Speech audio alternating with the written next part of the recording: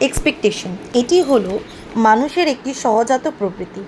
অর্থাৎ প্রতিটি মানুষ মনে করে বিনিময়ে অন্য একটি মানুষের কাছ থেকে তার চাহিদা অনুযায়ী সেটি পূর্ণ হবে, আর যখন সেটি পূর্ণ হয় না তখনই তার খারাপ লাগা তৈরি হয়।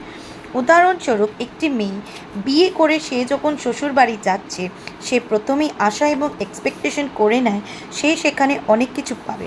যেমন তার মা তাকে ভালোবাসতো, সেরকম ভালোবাসাই হয়তো শাশুড়ি তাকে দেবে। অথচ সেটি যখন সে পায় না তখনই খারাপ লাগা তৈরি হয়।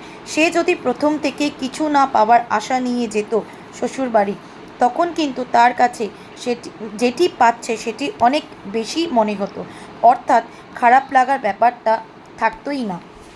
একই রকমভাবে একটি শাশুড়ি তার বৌমাকে যদি নিজের মেয়ে মনে করে তার কাছ থেকে সেবা পাওয়ার আশা না করে বরং নিজের মেয়েকে যেভাবে ভালোবাসা দিত সেইভাবেই ভালোবাসা দিলে, তখন তার পরিবর্তে বৌমার কাছ থেকেও অনেক বেশি ভালোবাসা পেত। অর্থাৎ এক্ষেত্রে এক্সপেকটেশন ছাড়াই সম্পূর্ণ সম্পর্ক এগিয়ে আরও আনন্দ পেত।